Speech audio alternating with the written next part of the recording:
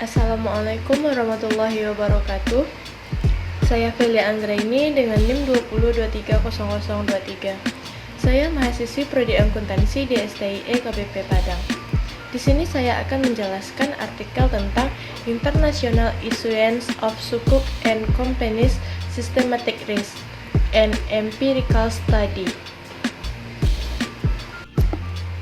Baik, kita masuk ke pembahasan pertama, yaitu tujuan penelitian.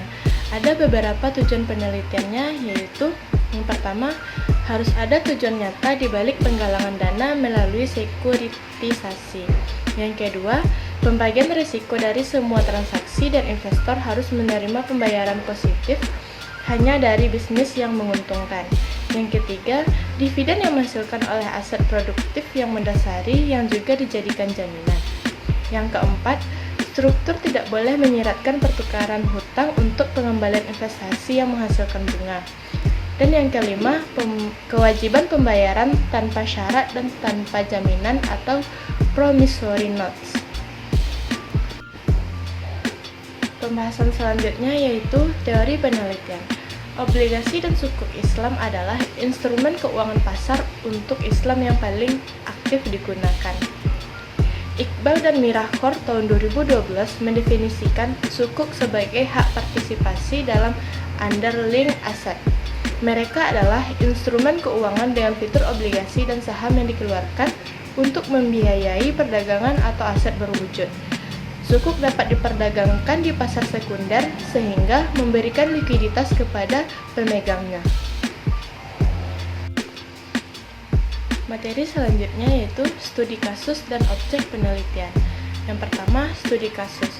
Studi ini membahas tentang penurunan risiko sistematis sebelum tanggal pengumuman dan penerbitan sukuk untuk yang dapat dijelaskan dengan persepsi transfer risiko dari pencetus kepada pemegang sukuk ketika perusahaan memutuskan untuk membiayai baru proyek dengan sukuk.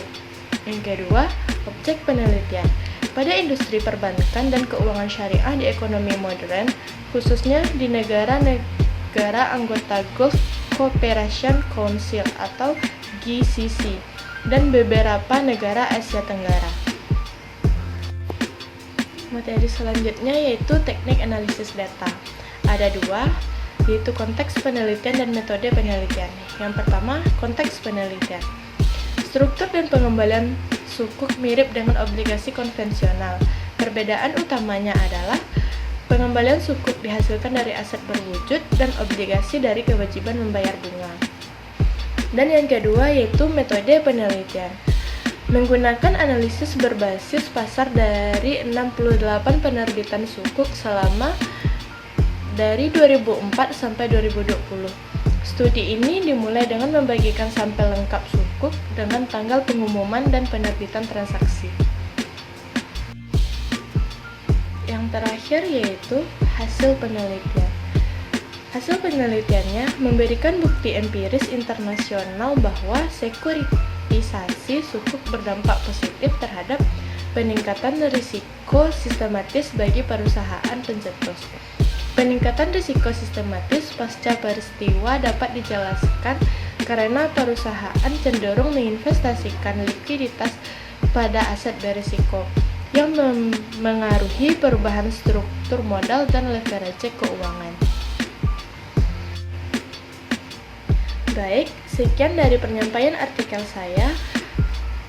Mohon maaf jika ada kesalahan, baik itu dalam penulisan maupun dalam pengucapannya. Saya ucapkan terima kasih kepada Bapak dan teman-teman yang telah melihat video ini. Saya akhiri dengan wassalamualaikum warahmatullahi wabarakatuh.